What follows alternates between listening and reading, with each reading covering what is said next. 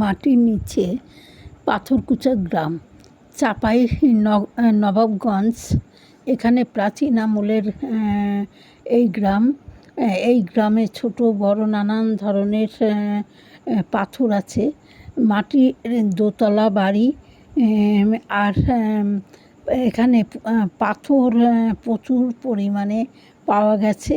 তাই কেউ নিয়ে চলে গেলে এখান থেকে আবার পাথর চলে আসে এই জায়গায়।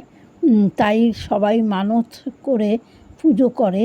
এবং রাজা হরিশ্চন্দ্র কবে কোথায় কখন রাজত্ব করেছিলেন, তাই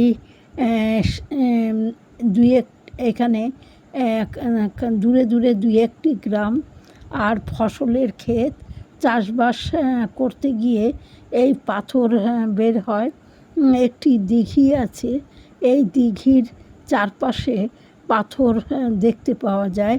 তাই এখানকার নামটা পাথরকুচা গ্রাম। কিন্তু কেউ জানে না এর রহস্য, কীভাবে এগুলো কী হচ্ছে।